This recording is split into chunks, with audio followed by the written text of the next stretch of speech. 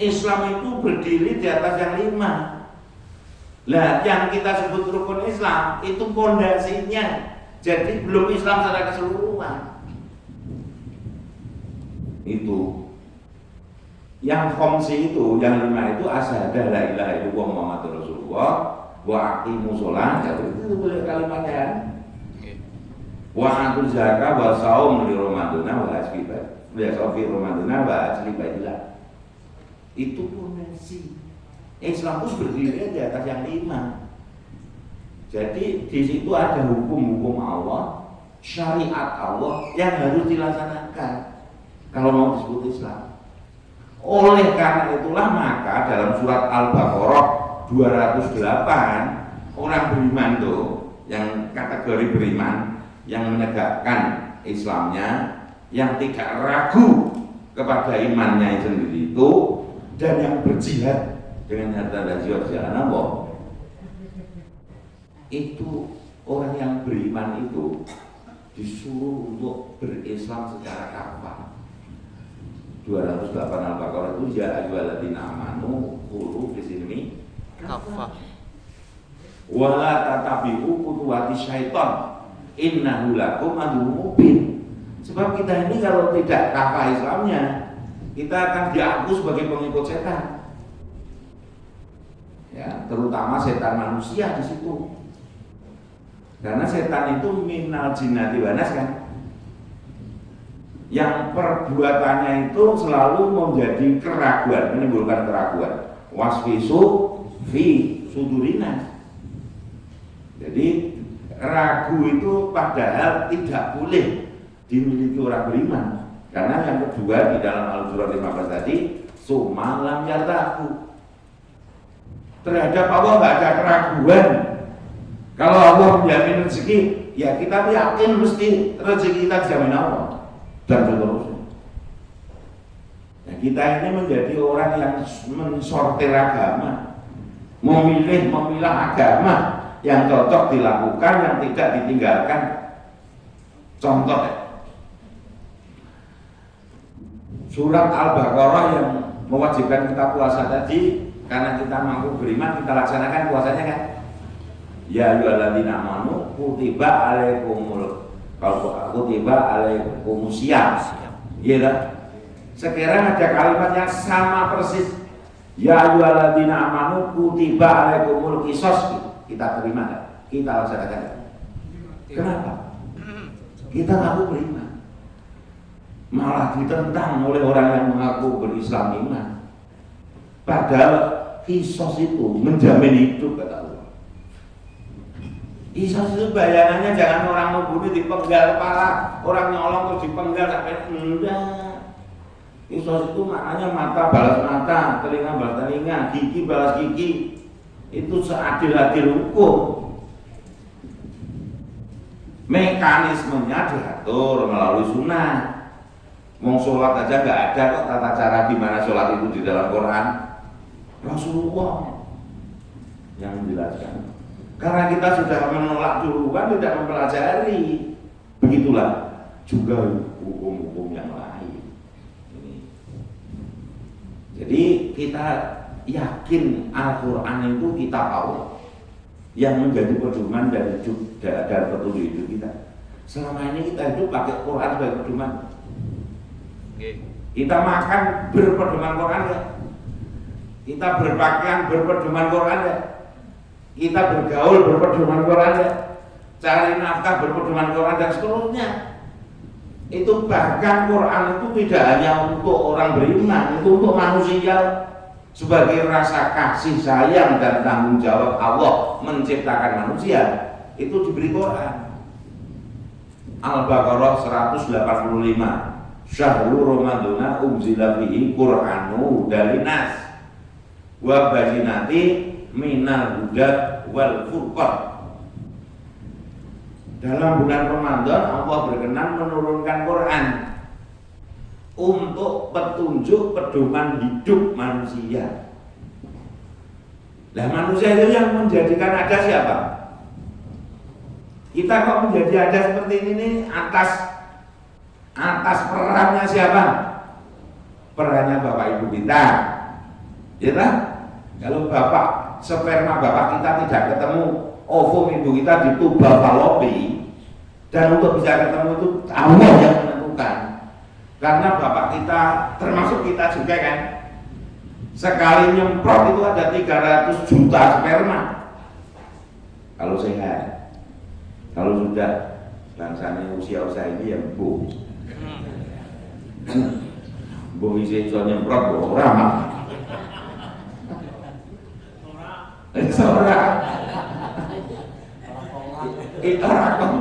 itu sunatullah pak.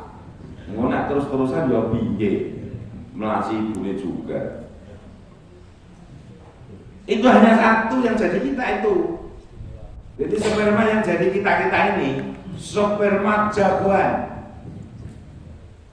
sperma yang hebat hero, karena mampu mengalahkan 299.999.999 sperma yang lain melalui perjuangan berat dari vagina ke tuba falopi itu sama dengan perjalanan 60 km kalau dibandingkan sebesar kita seperti itu.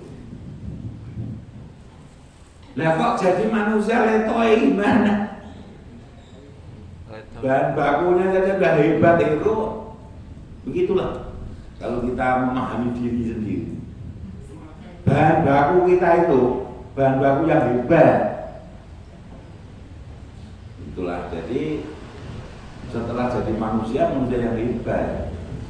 Karena pertemuannya itu Allah yang mendaki. Semprot yang Allah nggak mendaki nggak akan bisa jadi. Sekarang Allah mau menjadikan malah dihalang-halangi, ngikuti Yahudi, ngikuti Nasrani dengan kontrasepsi, membunuh. Dikira apa? Ibu-ibu yang dulu melakukan bapak-bapak harus bertobat. Yang membatasi anaknya. Anak kok dibatas-batasi, emang yang ngasih rezeki siapa? Baca Al-Baqarah Al-Isra ayat 31. Jangan kau bunuh anakmu karena takut miskin. Akulah yang memberi rezeki kepadamu dan kepada mereka. Suami istri sepakat kita punya anak 2 saja ya. Itu artinya kan dia tidak menghendaki adanya anak ketiga, keempat, kelima, keenam dan seterusnya. Berarti dia sudah menentang Allah. Wong Allah kan jamin, Allah yang beri rezeki. Bagaimana keimanan kita? Katanya tidak ada keraguan pada Allah. Nah, ini Allah yang jamin. Alasannya mesti takut miskin seperti ayat itu. Kenapa? Karena ingin kaya, ingin hidupnya enak, hedonis, dan itu ajaran Yahudi. Coba aja baca itu. Yahudi Nasrani itu tidak akan ribut pada kita sampai kita mengikuti pola pikir dan gaya hidup mereka. Milah itu artinya gaya hidup dan pola pikir. Walam ta'bu akal Yahudi wala Nasara hatta tatabi amilah tahun, bukan dinahum, bukan nak ikut agama mereka, tapi milah mereka. Masih sholat, masih puasa, tetapi gaya hidup dan pola pikirnya udah Yahudi. Putus, Allah memutus hubungan. Bahasa ayatnya. Nah, ini banyak orang yang aku beriman itu hanya pengakuan sepihak. Allah saja mutus tidak mau. Orang beriman kok ragu sama Allah. Gimana? Kepada Quran juga ragu. Ini kisah gimana? Ragu tidak diterima. Itu hanya contoh kecil. Quran itu 6.600 ayat lebih. Tidak ragu kedua kitab ya, jadikan Quran itu petunjuk hidup. Bahkan mohon maaf ya, selorohnya itu kalau masih mau disebut manusia, hiduplah dengan pedoman Quran. Karena Quran itu oleh Allah untuk pedoman hidup manusia. Berarti kalau ada mengaku manusia tapi dia hidup tidak pakai pedoman Quran, itu pantas hidup manusia atau tidak? Begitu loh kalimatnya. Allah itu menurunkan untuk menjadi petunjuk hidup manusia. Tapi ada orang yang manusia tidak pakai Quran untuk petunjuk hidupnya, pantas hidup manusia enggak? Ragu berani menjawab kan. Padahal kalau sampai begitu, itu punya hati tidak untuk memahami ayat Allah. Itu tadi punya mata. Jadi ayat Allah itu ada dua, dirinci kemudian di situ. Jadi Bapak Ibu ingat bahwa kualitas manusia, baik gurunya manusia, itu yang menentukan bukan ilmunya, bukan kedudukan sosial, bukan datanya, bukan apa, tapi hatinya.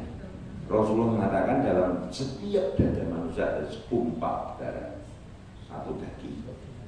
Gumpal darah atau daging itu kalau baik orangnya yang memiliki, kalau buruk orangnya. Maka kita itu kalau ada masalah pelik, suruh bertanya pada hati nurani. Nah yang baik itu disebut hati nurani, hati yang bercahaya. Sehingga dengan jelas terang, karena cahaya itu bisa membedakan orang itu. Mana halal, mana haram, mana baik, mana buruk, mana perintah, mana larangan. Hakikatnya mana jalan-jalan hidup yang menuju ridho dan surganya Allah, dan jalan mana yang menuju murka dan nerakanya Allah. Begitu. Dan hati bercahaya itu dapat dari mana bisa bercahaya? Itu ada kajian. Allah memberikan ilmu tentang hal ini itu sangat sedikit, tapi ada ilmunya. Dan insya Allah kita bahas pada pertemuan. Dan ini tema besar saya itu tema tentang ma'rifatul insan. Kalau kita ingin berislam yang berkemajuan, maka jadilah manusia yang tahu diri. Begitu Bapak Ibu. Kalau sampai kita tidak tahu diri atau akan menjadi selanjutnya lupa diri, gimana juga manusia yang lupa diri? Terus menjadi lupa daratan. Jadi makanya mereka itu pantasnya di laut sana, karena lupa daratan. Harusnya di air ya. Iya. Udah lupa daratan. Tahu nggak istilah lupa daratan? Jangan-jangan kita termasuk di dalamnya. Itulah jadi kita kalau mau disebut beriman ya penuh tadi, tegakkan puasa, tegaknya puasa itu belum meningkat takwa. Karena lalakum tak takut kan, ya jalan-jalan kutiba lusiman, lalakum tak takut ya akhirnya. Tegaknya zakat ya kalau mampu mensucikan diri dengan zakat itu. Jadi kalau mampu mensucikan diri dari waktu ke waktu karena zakatnya kan rutin, infaknya rutin, berarti makin ke tua, makin ke sini dekat kematian itu makin suci. Itu. Ya kalau suci itu tidak ada noda. Seperti iftitah yang selalu kita baca itu, ya kan? Allahumma baini wa baina khotoya ya dan seterusnya lah.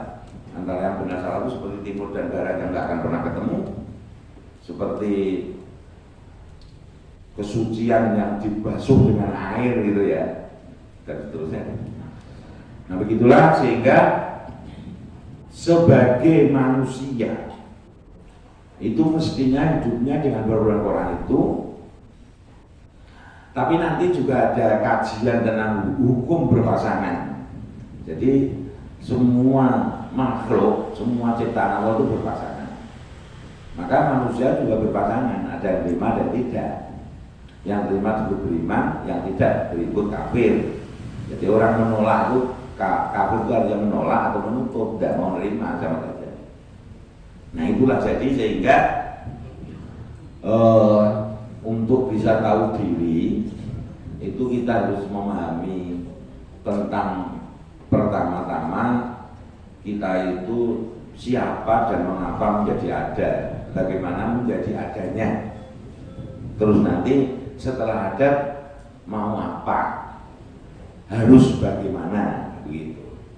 Nah Bapak Ibu, kalau mau memahami manusia berarti kita harus mengerti bahwa manusia itu makhluk ciptaan Allah.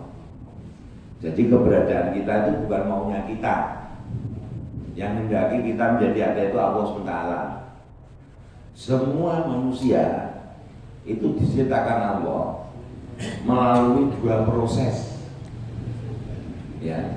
Yang pertama itu proses langsung, kun fayakun, jadi. Maka jadilah. Dan itu terjadi kepada manusia yang diberi nama Allah Adam dan Hawa saja. Setelah itu manusia diciptakan Allah melalui proses biologi, yaitu pertemuan antara sperma dan sel telur, seperti penjelasan Allah dalam surat Al-Insan surat 76 ayat 2. Sungguh aku menciptakan manusia dari mani yang bercampur. Gitu. Dan kita harus tahu bahwa manusia itu punya sebutan di dalam Quran. Artinya Allah menyebut kita itu dengan berbagai sebutan, yang itu ada konsekuensinya. Bahwa kita diciptakan Allah fi ahsani taqwim itu yang seperti apa sebetulnya.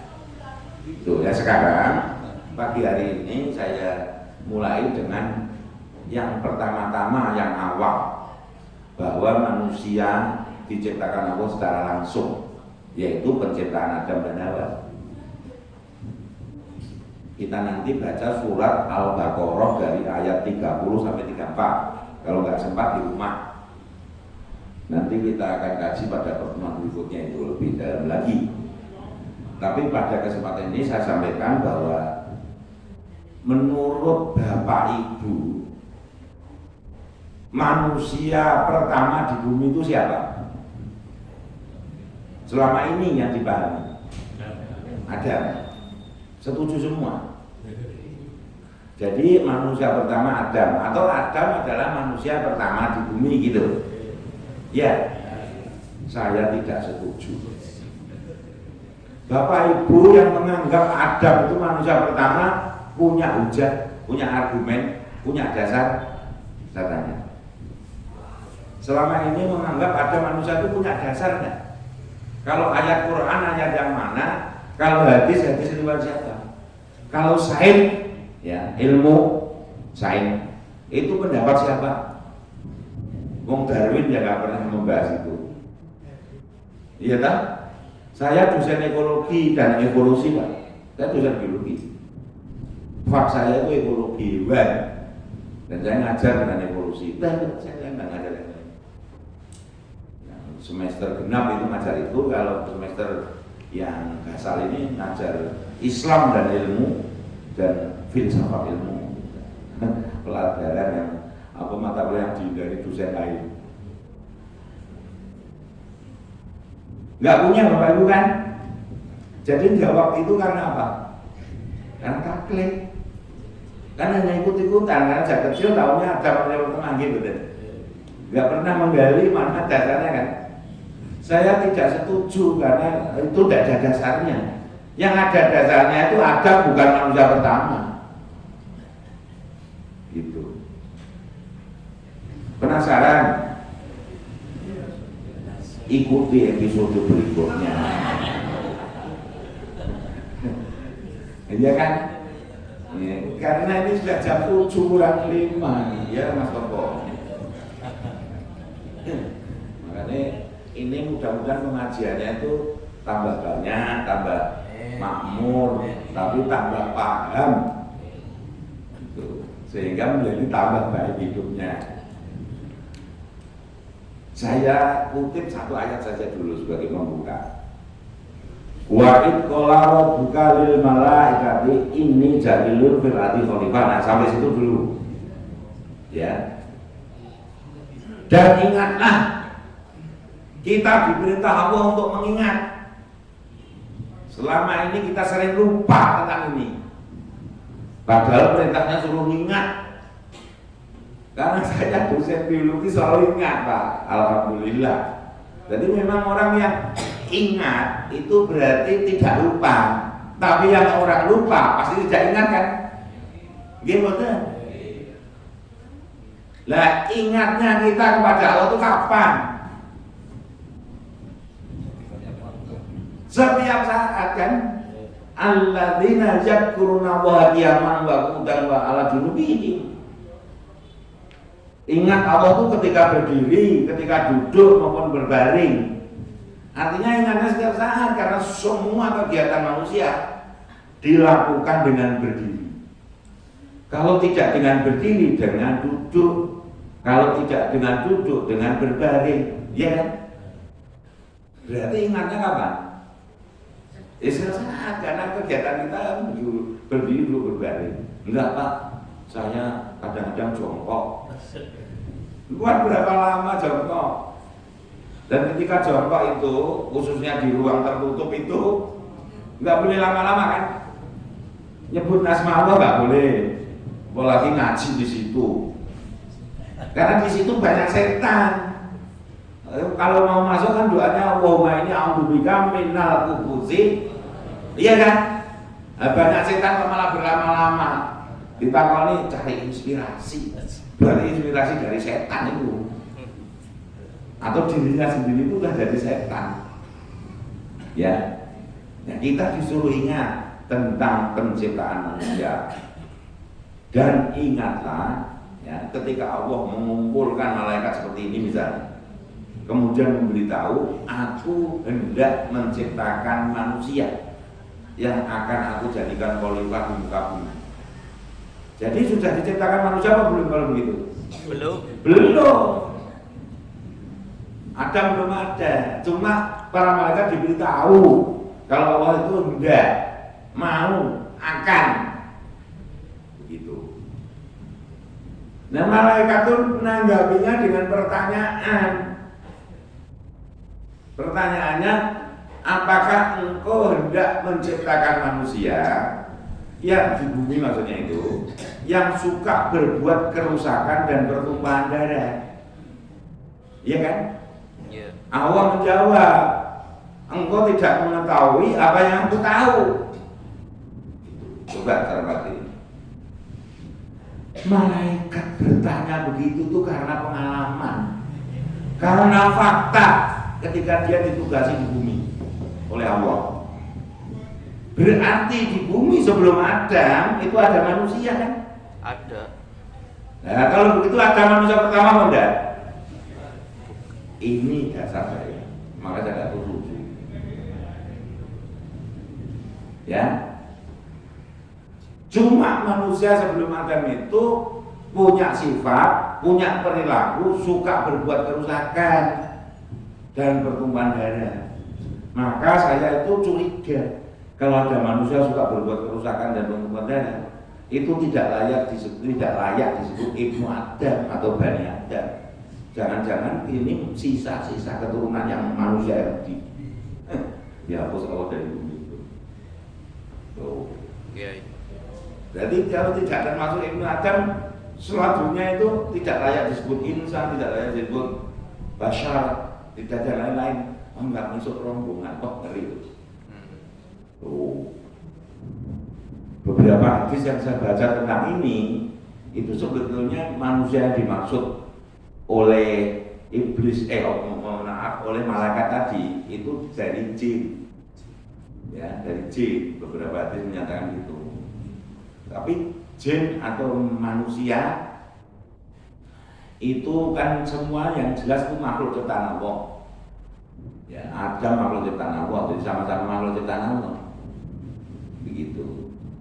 Penyebutan tidak disebutkan jin dan manusia itu menunjukkan kalau jin lebih dulu diciptakan dan bahan bakunya memang berbeda. Jadi Adam ini istimewa. Bapak Ibu jangan kecewa ya. Manusia pertama itu Adam itu tidak salah. Saya tadi hanya tidak setuju kan. Saya tidak mengatakan salah. Hanya nggak setuju kalau seperti itu. Adam itu tetap bisa disebut manusia pertama, tapi yang genre baru. Genre itu artinya apa? Jenis baru. Itu. Tipe baru. Jadi misalnya ada HP, ya kan? Terus ada HP terbaru, sama nggak dengan HP yang sebelumnya? Beda. Nah seperti itu. Tipe. Istimewa. Nah. Seperti apa keistimewaan Adam itu yang benar-benar kita bahas pertemuan yang akan datang, insya Allah. Karena kita akan memahami kemudian akhirnya siapa sesungguhnya diri kita yang disebut Allah sebagai keturunan Adam atau anak Adam ini, sebagai bekal untuk kita mengetahui selain diri kita nanti Mohon maaf kalau ada khilaf, mudah-mudahan bermanfaat. Billahi taufiq wal hidayah. Oh iya, ini berarti tutup tadi ya. Silakan Pak. Ya, saya mau bertanya. Saya pernah ditanya oleh mahasiswa. Iya. Mahasiswa dasarnya sama yang mal misul ada rotin saroyarok. Sama yang mal misul ada rotin saroyarok. Iya. Kita sholat sehari berapa? Dia bertanya ke saya. 5 kali. Nah, kemudian bagaimana kalau saya berbuat maksiat 1 kali? Terus nanti dia akan ditimbang. Berat mana timbangannya? Iya. Yang 5 kali dengan yang 1 kali. Iya. Nah, terus saya kasih meneruskan jawabannya. Nanti saya minta tolong jawaban dari kita. Nah, saya lanjutkan kalau yang 1 kali maksiat kita jelas akan menerima dosanya. Ya, sedangkan yang 5 kali kita belum tentu menerima pahalanya. Kok bisa? Ya karena tergantung dengan niatnya setelah kita baik atau tidak dan sebagainya. Terima kasih. Iya. Yang pertanyaannya yang mana ini? Pertanyaannya maksiat sholat 5 kali, ya, terus maksiat sekali, berarti kan banyak yang 5. Oh. Nah, kalau ditimbang kan tentunya berat yang 5 sudah banyak sekali lebih ringan. Iya. Jawabannya mudah dan singkat. Tidak tahu. Ya. Bapak mengatakan sholatnya itu tergantung niat. Lah siapa yang tahu niat? Niat itu perbuatan batin, perbuatan kolbu, hati. Maka ada pepatah, dalamnya laut bisa diduga, dalamnya hati siapa yang tahu? Yang tahu ada Allah SWT. Sehingga untuk menilai ya tidak bisa, kalau tidak tahu. Sholat itu diterima atau tidak, kalau diterima nilainya berapa, enggak tahu Pak. Demikian pula beratnya maksiat. Ada niat enggak dalam maksiat ya gitu kan? Ya itu. Jadi jawabannya singkat ya Pak ya. Tidak tahu. Iya. Kalau ada pertanyaan itu jawab saja singkat. Makanya ada istilah wallahu a'lam. Itu karena itu. Karena itu. Gitu ya jawaban saya. Ada lagi sekarang biar nggak ditutup dulu. Sewu, kalau kita ke dalam toilet kan nggak boleh mengucap atau mengalog gitu ya. Tapi ini sewu dalam batin Pak. Iya. Yeah. Umpamanya saya buang hajat itu susah. Jadi saya istighfar dalam batin, terus mohon kepada Allah, ya Allah lancarkan dan mudahkan hajat saya. Itu gimana Pak? Boleh? Iya. Jawabannya juga sangat mudah dan singkat. Yang dilarang kan mengucap, batin boleh enggak? Nah, sudah dijawab Bapak Ibu semua. Mantap loh Pak. Iya mantap. Ya karena kita ingat Allah kan setiap saat tadi. Iya. Kalau di rumah saya itu walaupun kan biasanya juga duduk masalahnya. Karena kalau Jawa itu nggak bisa ya istri saya. Terutama dulu ketika memang berat saya masih 114. Ya. Itu berat saya kedua dulu itu ya. Jadi begitu Pak ya, jelas ya. Mantep. Iya. Nggak usah seperti orang Yahudi. Orang Yahudi itu suruh nyembelih sapi karena ngeyel. Loh sapinya jantan mau betina gitu. Lalu sudah betina, loh yang sudah pernah dikerjakan mau belum? Nggak jelas ini. Ya belum pernah dikerjakan. Loh tapi warnanya apa? Itu ciri-ciri pengikut Yahudi itu kalau ngeyelan gitu. Kalau coba belilah sapi, ambil sapi yang mana saja boleh selesai urusan. Itu ya. Karena orang beriman itu sami'na wa ata'na. Maka gufronaka wa ilaika masih gitu loh. Dilarang apa Pak? Mengucap. Ya udah jangan ucapkan. Kalau berarti itu tidak dilarang kok ya. Ibu-ibu aja pinter bisa jawab semua. Karena ibu-ibu pengalaman sering batin. Tapi batinnya bukan karena bebel. Nah batinnya apa nggak tahu. Ya cukup Bapak Ibu. Ya sampai ketemu lagi insya Allah dalam keadaan sehat walafiat. Bila taufiq wal hidayah. Assalamualaikum warahmatullahi wabarakatuh. Waalaikumsalam. Bapak, demikian kajian pagi ini bersama Ustaz Dr. Masih menyampaikan banyak hal yang kaitannya dengan amalan-amalan. Diharapkan semua amalan ibadah kita adalah mengikuti petunjuk Al-Quran dari Allah SWT. Terima kasih atas kehadirannya. Kita ketemu lagi Sabtu yang akan datang bersama Ustadz Hendro Kuncoro. Mari kita akhiri kajian pagi ini dengan alhamdulillah bersama-sama. Alhamdulillah. Assalamualaikum warahmatullahi wabarakatuh.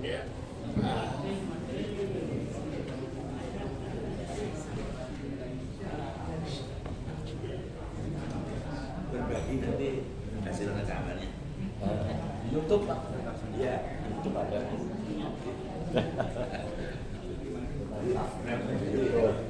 Oh, nanti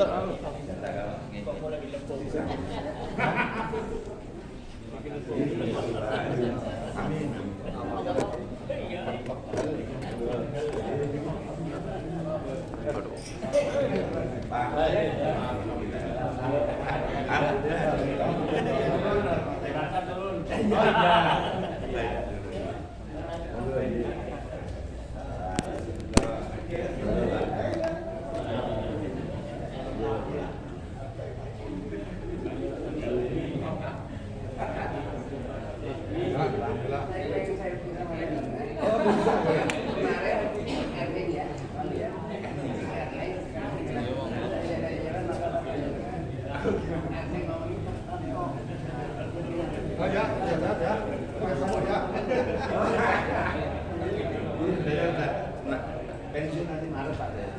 Erling kan ya Pak. Saya mau foto tak gunting aja ya. Ya. Tolong. Anu toh, Mas difotokan loh. Sama saja. Mik. Foto nih kirim ke saya. Ya. Foto. Ya foto. Terima kasih. Oh ini foto no Mas. Nanti kirim ke saya ya. Pakai HP. Pak siapa ya?